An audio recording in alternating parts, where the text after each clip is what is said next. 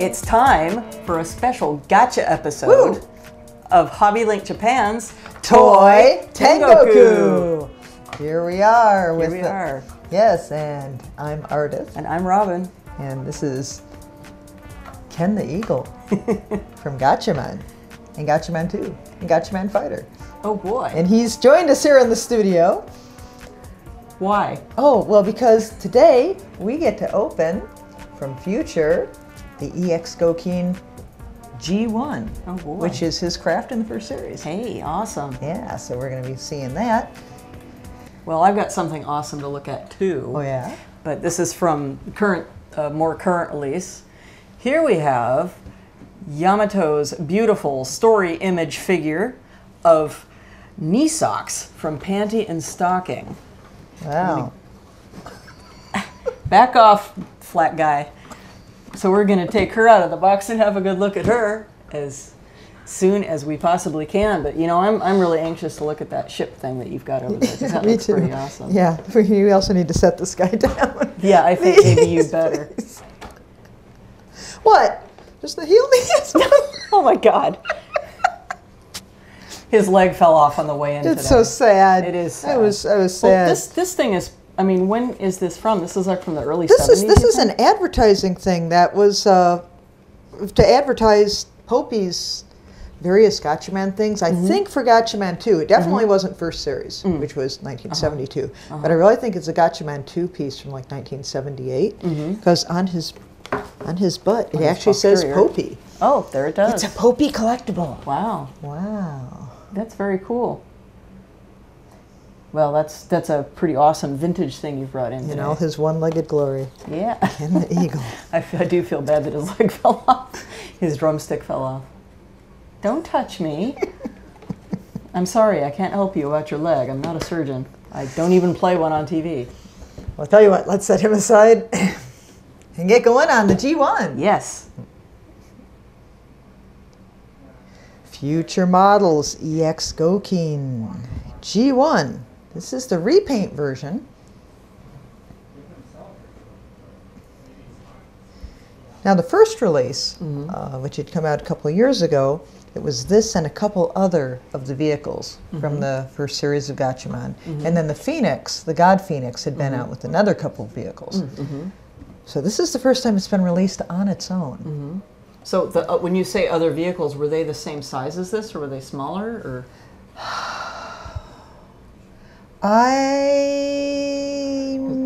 They were non-scale. They were non-scale. They were definitely not in scale with the God Phoenix. They may have been close in scale to this. But I don't have those sets, so I don't know. I've only seen photos. We got them in, but of course they were in the boxes, and we couldn't take them out. I was going to say, if they were all that scale, that'd be like a big honking thing. That's true, and it was a pretty good sized box. They may have been close. They would have been close to scale with this, maybe, but. They said they were all non-scale, so probably was they didn't match, but they were definitely not in scale with the God Phoenix. So repaint version, is this a different paint scheme? Like, is this like from the second series? Definitely the same paint scheme. I mean, this is the color that the G1 was. Okay. And the G1 was not in Gatchaman 2, and it was not in Gatchaman Fighter. They have a great big kind of pizza wedge looking thing in Gatchaman Fighter. That was the Gacha Spartan. Yeah, and in Gatchaman 2, it was the new God Phoenix, which Fewture has brought out, and that was brought out for the first time. That just came out, maybe a month or so ago, and you know, it's large and white and very, very cool. And but no, this was only in the first Gatchaman series. This is the G1, which Ken piloted, who's over there in all his flat glory. Sorry. Yeah. So let's go ahead and open it up. All right. And see what we got. Here we have the G1. Wow. Out of the package now. Wow. And look at that. It looks like it's going 1,000,000 miles an hour, and it's just sitting there. It is pretty hefty for a fact. It's die cast, and has a nice weight to it. It's serious. You want to hold it? Sure. Oh, yeah, that is pretty heavy. So I guess pretty much all of this is die cast except the canopy cover and probably these jet exhaust things in back, and I don't know, maybe this? No, that's die cast too. That's really cool. How about that? It is and very awesome. It has a stand, which, like with the Phoenix that we saw last time, and you see the stand and go, how's that going to hold that up? And yet it does. And yet with it the does. Ingenious use of hooks. There's these couple little hooks in the back. And where do those go, you may ask? In Mr. Nozzles. Oh, and the jet exhaust there. There we go. Just oh, great. Just sort of backs right into place. Burp. Perfectly. And there you go. It Wow, is the that's G-1. amazing. And I don't think I mentioned this last time, but in that original Gatchaman series from 1972, the mecha designs were by Kunio Okawara, who went on to do the designs for Gundam. Oh, hey. Yeah, he's a major mecha designer. And he did a lot of work for Tatsunoko, Wow. including the first Gatchaman series. Wow. So yeah, so high-class pedigree there. Wow. This is the G-1. This is really, really nice. The panel lines are very... That really very adds distinct. to it. I know I may have mentioned that when we were looking at the one last time, but it really, I mean, if the panel lines weren't there, it might look, you know, just like a white airplane, you know, but the panel lines really make it pop, really make it look really cool. Now, I've liked the Phoenix for a long time, the God Phoenix. I've been crazy for that. But, so I have, you know, like the Uni-5 Phoenix, and back in the 70s, Entex in the US, Entex had brought out a plastic model kit of the God Phoenix, which was just called the Phoenix, and the G-1. And though it turns out those weren't, Entex itself did not do those. It brought them over from Japan and then brought them out. I was not aware of any American release. Yeah, and so I was able to Wow. find the Phoenix, but I could never find the G-1. So since I had the kit of the Phoenix, I kind of knew how it worked. It's like you can see something on TV, you know, that's fine. You can look at pictures of it, but when you build a kit of it, that really helps solidify its shape and its workings. But I could never ever find the kit of the G-1. So this is the first time that I've actually, you know, been able to hold some, you know, some physical embodiment of the G-1. Wow. It is really, really cool. Spray paint it gold and use it as a hood ornament on your car. No, we won't. No. This is really evocative of the in Gatchaman they have like the bird. Oh yeah. Like the birdarang. The birdarang, the bird run, which they do. And this is really evocative of that, and I never noticed that before. Yeah. This is very spiff. Pretty slick. Very, very nice. If you love Gatchaman, you need this. I need it too. And that's why I am thrilled to have it. Here we go. The G-1 from Gatchaman. This is Fewture's EX Gokin release. Die cast, very, very classy, beautiful paint job. It'd look perfect sitting on your desk at work. And there is no little Ken inside And there's there. no little person There is no inside there. little Ken. Well, Ken would be in there, and he's not in there because he's over there and he's flat. And so. he's too big too. I don't think we could get him in there. That's how he lost his legs. There we go, the G-1 from Fewture. Very, very spiff. Something else neat about this, now this is similar to the God Phoenix release from Fewture, is it comes with landing gear. There are the two landing gear that you put under the wings, and then there's the one from in front. And if you don't want to have the holes where you would put those in there, there's also handy plugs. Oh, great. That you would, here's where the ones would go under the wings, and those would go ahead and fit into those slots. So you would have a nice matching finish on that. Excellent. Very thoughtfully provided by Fewture. Well, the G-1 might be fast, but I've got something fast and sleek here too. Oh dear. This is Kneesocks one of the bad girls, or the villainous bad girls from the surprise anime hit Panty and Stocking with Garter Belt. Most of the characters in there are named after various items of lingerie. And this is from Yamato. This is one of their story image figure releases. Just going to turn the box around so we can have a look at that. The neat color scheme, neat design work on the box here.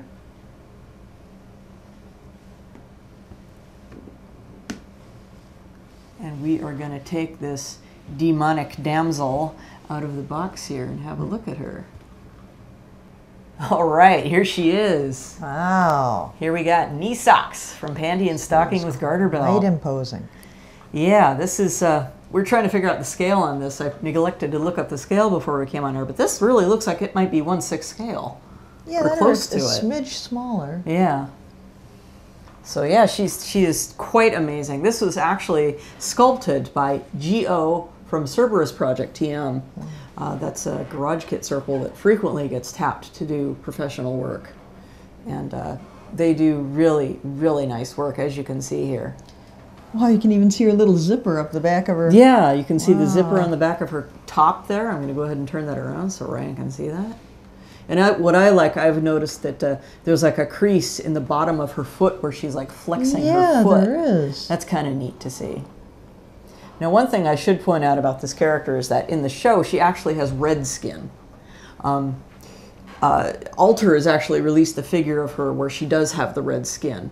But I guess Yamato decided to go with a slightly lighter tone on her skin. So it looks pretty good. I think she still looks kind of devilish, what with that horn coming off of her forehead. And well, if her name is Kneesocks, how come she only has one on? She's got a bare leg there. Well, her stockings turn into her weapons. That's one of the conceits of this show. And her weapons are 2 scythes known as double gold spandex. So she's got, the stocking that she took off has turned into this one scythe that she's got here in her hand. She's ready to use it. Oh, now she's got this little mini skirt on, and it kind of is lifting up alluringly when she lifts her leg like that. And she's starting to peel off that other stocking, as you can see. I'm hoping Ryan might be able to see that. I'll turn around so we can see. She's kind of got a thumb hooked under there. And so this is a really neat pose. There's a lot going on in this pose. That base is amazing. Yeah, the base is pretty amazing. How does that work? Does the foot just hook into that? Her shoe, there's just like 2 holes in her shoe, and there's 2 pegs in this glorby thing coming off the bottom, off the base, and she just slips the pegs just mount into the holes, and it's perfectly balanced. It just holds her there really well, and that's great because it's fairly low profile. I assume it had to be, this big in order to keep her to support the weight, but it's amazing how well that's engineered. And she's kind of, off center a little bit, but she's perfectly balanced. I love how her hair is kind of arching up and back and out. Beautiful paint job too. If you look down the back, I feel bad doing this, but if you look down the back of her skirt, I mean that's not flush against her skin. Yeah, you can see down there. Yeah. Oh my. You were looking down there. I'm not old enough to see that. Yeah, she's pretty amazing. Now, I should point out that in the show, usually they're kind of drawn kind of cutesy, kind of like a kind of twisted version of the characters in Powerpuff Girls. But this is her metamorphose form, where they briefly turn into slightly more realistic looking characters. So yeah, she's hot, as they say. Hot. She's very hot. She's very awesome. Wow, that is very impressive how they engineered that. And like I said, beautiful paint job, this beautiful shading in her hair. And I don't know how well the camera is picking this up, but in most of the black items you're seeing here, it's black with some purple highlighting. So it's black, it's actually very dark purple fabric that's been stretched, and so the purple is where it's stretched out a little bit. The same color scheme is happening on her little wings, on her little bat wings here. Yeah, those are purple. From the back it'd look black, but wow. So yeah, this is one of those figures that the more you look at it, the more you see to like. She is quite fabulous. So if you are a fan of Panty and Stocking, and you like you like the bad girls, Kneesocks and her sister Scanty, I think you're going to want to add this girl to your collection. Now it's that joyful time called Questions and comments. There we go. Trejo Sam 00 asks, is Plum new to kits? They're relatively new. They've been doing figures for a couple of years, I believe. So they're relatively new to it. They're still learning, but I think that they've definitely got a good start, and I think they're going to be somebody to watch in the years to come. Okay, Kathy Bittle asks, can you ask the Good Smile Company if they can make a Blackjack Nendoroid? Blackjack is an older anime, but Groove did it. Groove did that Blackjack themed Pulip. Yeah, Pulip? yeah, yes they did. Yeah.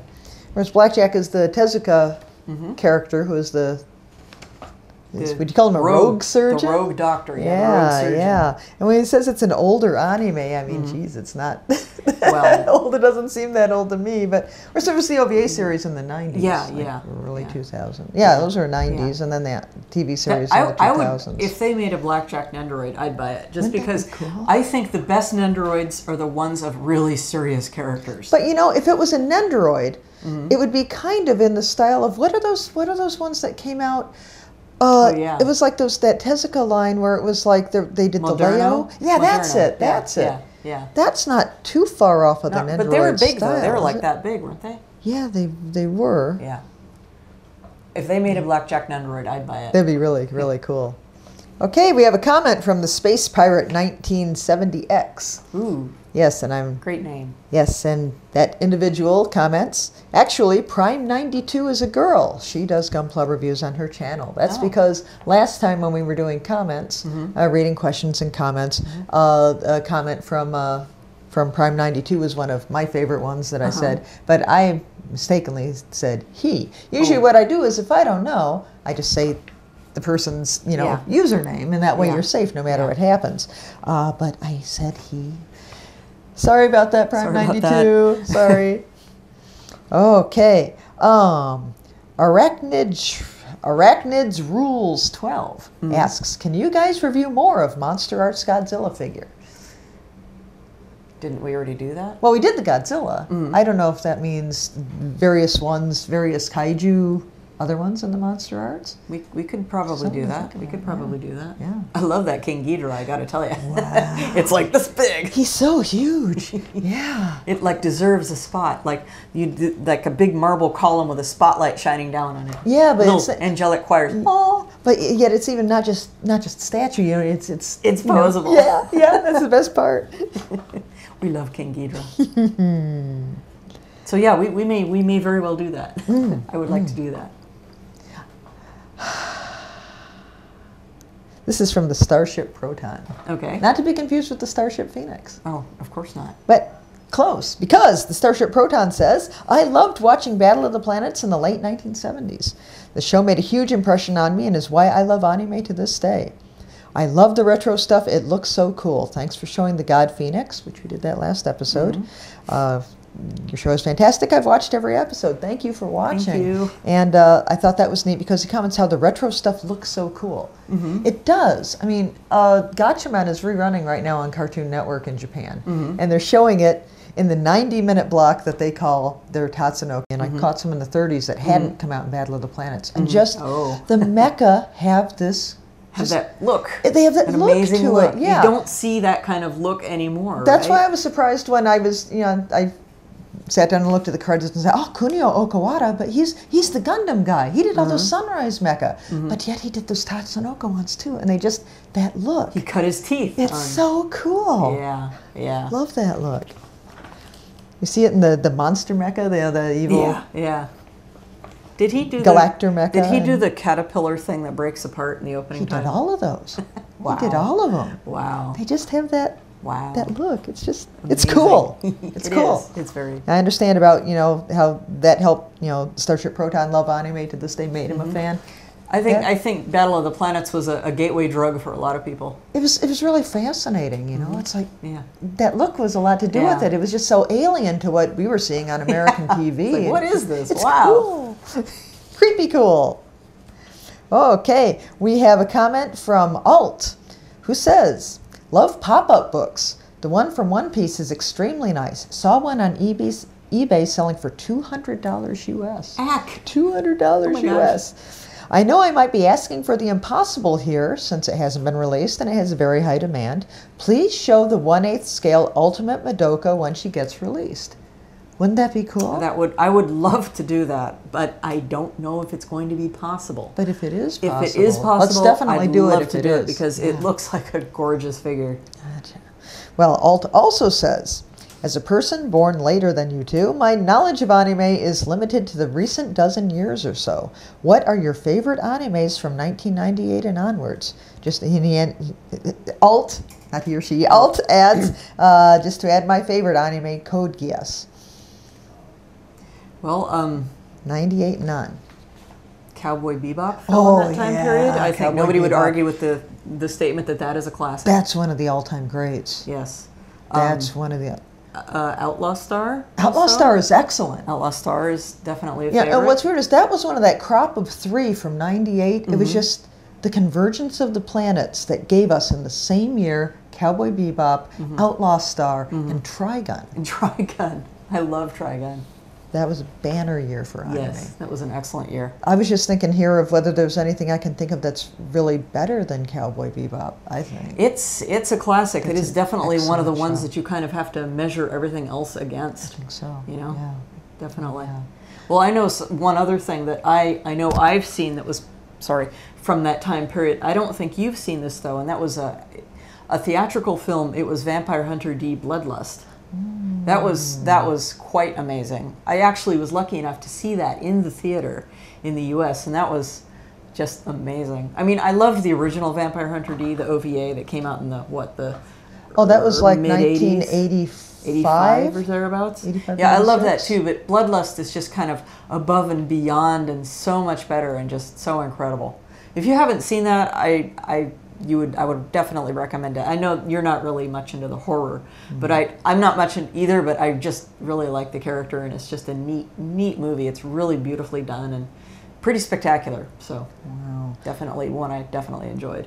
Well, one of my favorite, when you say movie, this was an OVA release. I don't think it got a theatrical release, but the Majin Kaiser movie, like the Shito, the Great Death Duel with the Great General Dark. Yeah. That was so good. If you love the Mazinger universe sort of thing, if you love super robots, that OVA movie. The Gonagai. There was the scene where the Pilder docks with Majin Kaiser. That was just so over the top. That's one of the most. Was that when it's like falling through the atmosphere? Don't tell. But and then what happens to what happens to Mount Fuji? And then how they have to fix it at the end. That's one of the cardinal rules of anime. If something bad happens to Mount Fuji, you have to fix it. That was brilliant, and I thought it was the most amazing thing, but Go Nagai came close to topping that in a manga that came out a couple years ago, where I thought, there's no way they can top the Majin Kaiser Pilder docking scene. No way. And the music is great too, and the song that they play during that on Majin Kenzan. Oh, so great. But there's a manga that he did. It was Get a Robo and Devilman. Get a Robo versus Devilman. Ooh. That would be a hard one to handicap, came out, I think, 2 years ago. Maybe it was last year. And what happens in that? I've been flipping through that, and I'm like, wow. That just broke my brain. I hope they animate that someday. So anyway, the Majin Kaiser movie was excellent, excellent. Yes. Recently, the Yamato movie, the Yamato 2199. That's brilliant. Incredible. Brilliant. Cannot recommend that highly enough. But then you guys know you already know we're big Yamato fans, and very pleased with Yamato 2199. I'm hoping maybe at some point in the future we might be able to do a show about Yamato 2199, because I know there's a figure of Yukimori coming out. Ah, that's true. And that's maybe true. they're calling her it's one of the Yamato girls with an S on the end, so I'm hoping they're going to be bringing out more than one. I hope, because, wow, I'd love to see them. Let me jump in real quick and tell you about a movie I saw last weekend. I saw the Japan debut of the 2D version of it. The 3D debut was just the showing before it. Couldn't get in for that, but the 2D version of 009 Re-Cyborg. And you liked it, huh? Made grown men cry all around Oh. me. It was... Wow. It was almost sold out. So I got a seat in the middle third row. That was almost all that was left. And they had the seats reclined, so you could take in the whole screen. So, wow, it was poured directly into your brain. Me and Fabulous. a few other members of the Ishinomori fan club were talking about, this character design is all different. I don't know if I really want to see it, but, well, it's characters, we got to go see it, so I went to see it. And it's still the characters. They look different, but it's a modern design, and it was just so impressive. Wow. And if you love 009, don't miss this movie. It's excellent. And bring Kleenex. It was very moving. Fantastic. Yeah, 009 was awesome. So yeah, those are some of our favorites from '98. I like Genso Mud and Sayuki. Yeah, that too. Can't forget that. Probably my biggest disappointment during that time was the Ice Shield 21 anime. I mean, the manga's so great, and the anime was so, hey, you guys, can you like maybe animate a few episodes? Well, it was still good, but it could have been better. Yeah. That happens a lot. What's that one show that you've seen? It's the robot show, Argento Soma. Oh, yeah. I'm not entirely sure. That may have been past. Yeah, it may or may not have been in that time period, but it may have been a little earlier than that. Oh, okay. But that's a very incredible show. I think it's really underrated. I think it's very underrated. And I let me tell you something. I usually don't sit and watch an anime all the way through. And this is back when I was using videotapes. I sat there and watched the whole thing all the way through. And the friend of mine who was sending the tapes, I was like, oh, hurry, please send me the next one. Because it was just amazing. I really, really liked Argento Soma. This is a robot show from Sunrise, right? Yes. Was this Sunrise or was this Bones? I think so. Or was this... I honestly don't remember. I should have looked it up, but I really liked that a lot. It's very unusual, and it's just unusual, but it's really, if you've seen it, you know what I'm talking about. It's just really neat. I really enjoyed it. Kind of a little bit something different. A robot show, but also with far more emphasis, I think, on the human characters and how human they really are. So it was really, really well done. I liked kind of toward it, aiming for maybe a slightly younger audience, Legend of Daiku Maru Gaiking, the new version of it. I thought it was interesting how it wasn't, they kind of broke the mold on how different things were approached. I don't want to spoil anything, but it just kind of different approaches. Yeah. Toward I haven't seen that myself, so I can't speak. It was well done. Okay, well, so we got more and questions? Heart Catch Pretty Cure. I like Heart Catch Pretty Cure. Okay. I don't know if our audience would like that, but oh, I'm sure they would. I'm sure they would. So anyway, and One Piece. How can we forget One Piece? Because we talked about it a lot last episode. Okay, One Piece is one of our favorites from the time period, too. Yes. So anyway, that's about 14 and a half minutes on that. But, get us talking on anime, man. We can't stop. Yes. Okay. Okay, on to the next. And that is Lee 78072 says, the door to the office needs some oil. When we came out of the warehouse. That's a safety feature. You sure it doesn't just need oil? It's a safety feature. Well, I say it's a safety feature because the door is white, the wall is white, it opens out into the office. You hear it before you see it open. Oh, okay, well that makes sense. We have a little sign on the other side of it that says hey, open it careful. slowly, but people don't. And so you hear it before you see it. Cool. Before you see the door with your name on it. Boing, right in the face. So it's safety feature. Okay. And he also says B section. That's nothing about the quality of the goods. So we're out in the warehouse. This came from, we got this out of B section. The front, the warehouse. A and B. Hobbylink is a big, long place. And the warehouse is a big, long place. And so we have to have the way it's built, there are supports that help keep it steady, which is how it stayed standing during the big earthquake. And part of how but in front of those supports, so it's kind of like divided in two. So the front part toward the office is the A section, and the part in back of that is the B section. After that, there's a 2-story drop down. To and other sections. Out there in the back of the building is the C section. And that's where... Which is not where you go if you're having trouble in childbirth, but... Yes. So it's nothing to do about the quality of the goods. It's just what we call different locations within the warehouse. Yeah. Because the place is so big. Yes, exactly. Yeah. Okay, now it is time for, I think there weren't any more major questions. Okay, now it is time for our favorite comment. This is the new section of the show where we read our favorite comment. This is the from past chunk. This is from Sweet Tooth. I'm a raving toy maniac, so that's saying a lot. This thing is just amazing, and the detail is astounding. Plus, it's so cute in that slightly morbid Halloween way we all love so much. I'm so happy I bought it after watching this review.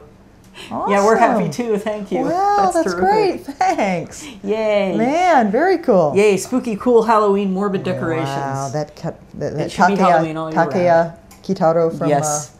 Takeya Revoltech from Kyoto. Yes, yes. Very neat. Thank you. Oh, excellent. Thank you. Now it's my turn. I can't find it. Where is it? Here it is. Chancer NW says, this is about last episode where we had One Piece pop-up book. Your genuine fascination and love of the genre really shows through in this episode. You displayed a joy when opening up the pop-up book that lifted the spirit of a jaded soul. Wow. Always happy to help. Wow, thank you. Wow. Thank you. Well, thanks for watching. Yes. Thanks for your comments. Please keep them coming, questions and comments. We're still looking up, we're still researching the answer to this question. Yes, yes, the one in bold. Yes. So we're still working on that. Hope to have that next time. And you know what? You appeared on stage last weekend, didn't you? Yeah, I did it after. A brief clip of that coming up. After seeing the 009 movie to get my mind off the 009 movie. Yeah, at the Tatebayashi International Festival. Yeah. You performed on stage, live on stage. I did. I was trying to think of some sort of excuse to make it international. It wasn't. It wasn't really hard to think of a hook, though. It's because this year is the anniversary year of several anime series that had a big impact overseas. And even just starting with Speed Racer. I mean, this is the 45th anniversary of Speed Racer. But I didn't sing Speed Racer because I couldn't find a karaoke track for it. But Gatchaman. Oddly enough, it comes back to Gatchaman. Yeah, yeah. Of course, it's also the anniversary or of same 40th anniversary from Mazinger Z and Devilman, and love those. But really, of those three, Gatchaman, I think, as Battle of the Planets, had the biggest impact overseas, and on you personally too, I think. Well, but to make it international. Well, yeah, okay, sure. So, Battle of the Planets, and Macross. This is the 30th anniversary of Macross, and as Robotech, that also had a big impact in countries outside of Japan. A gateway drug for many. Very true. And this is the 20th anniversary of Sailor Moon. Yes, it is. And that another. Influential, highly influential show overseas. Yeah. And also the 15th anniversary of Pokemon. Pokemon. That's right. And everybody loves Pokemon, just about. But I mean, that was huge overseas too. Huge in Japan, huge overseas. So I put together a medley of the first verses of Gatchaman, Macross, Sailor Moon, and Pokemon. First Pokemon opening theme. All those opening themes, one verse each, put them together, and for the first time ever, I got up on stage all by myself. All by yourself. I mean, I've sung at recitals and stuff for my, my class, but it's the first time ever solo effort on stage. And you did a great job. I saw it. I was there, and we're going to show you a clip of it. Yikes! So check it out. So please forgive me. Yes. And we appreciate your watching, and thank you. Yeah. Please do keep watching, and please do keep sending us your questions and comments. We love to hear from you. Check out our Facebook page too, because there will be photos. Lots of photos on the Facebook page in great and loving detail. Yes. So check those out too. Yeah. And so I guess from here we'll go to the part where we say thank you for watching. That's right. Oh, I thought this was the part about it's going to be me on stage and I was going to apologize for. You don't need to apologize. You did a great job. Okay, seriously, you did. She did. Watch it. You'll see. Anyway, thank you for watching. Yeah, thank you, and leave your comments, and we will hope to see you next time on Toy Tengoku. ご紹介いたします。アーリス・カルトンさんです。お願いします。イエーイ。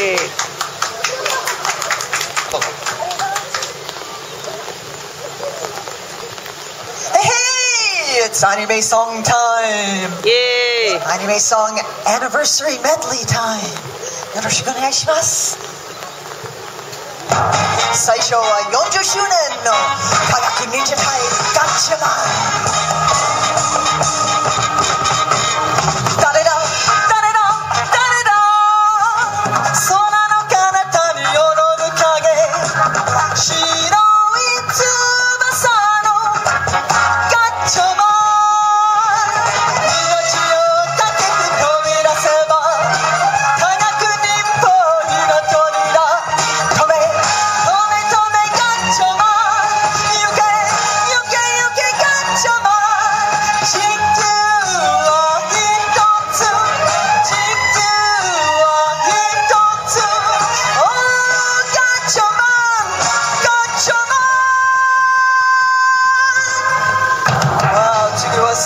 周年の正直要塞マクロス真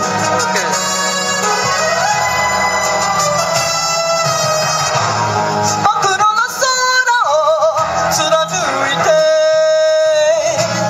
地球を打った雷は我ら幼い人類に目覚めてくれと放たれた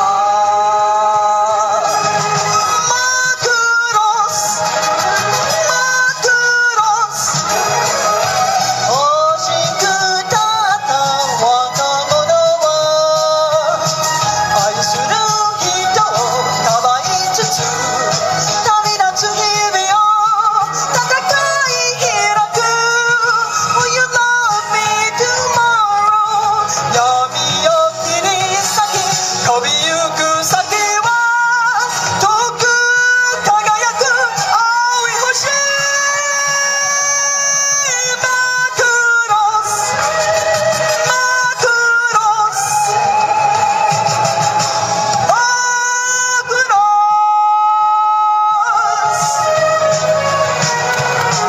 ス次は20周年少女戦士セーラームーン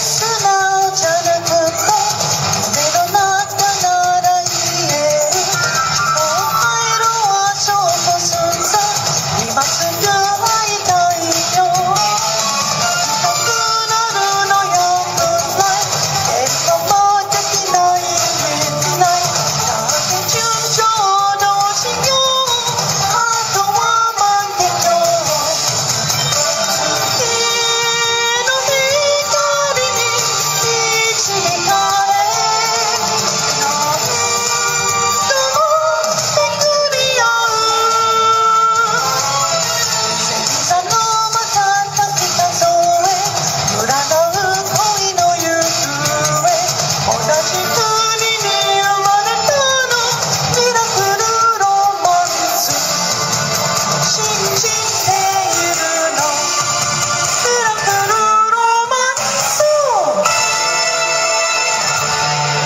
最後はポケモンゲットだぜ15周年のポケットモンスターポケモンタイム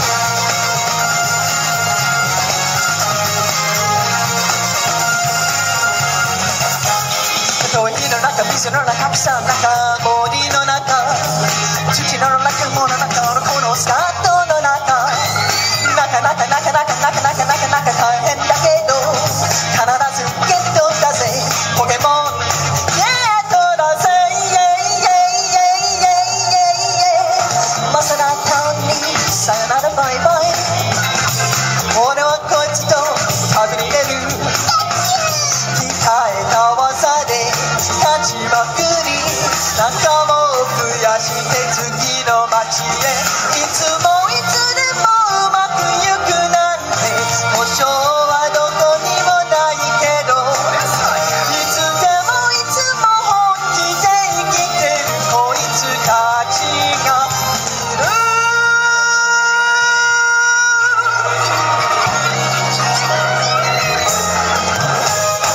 憧れのポケモンマスターになりたいなならなくちゃ絶対なってやる憧れのポケモンマスターになりたいなならなくちゃ絶対なってやる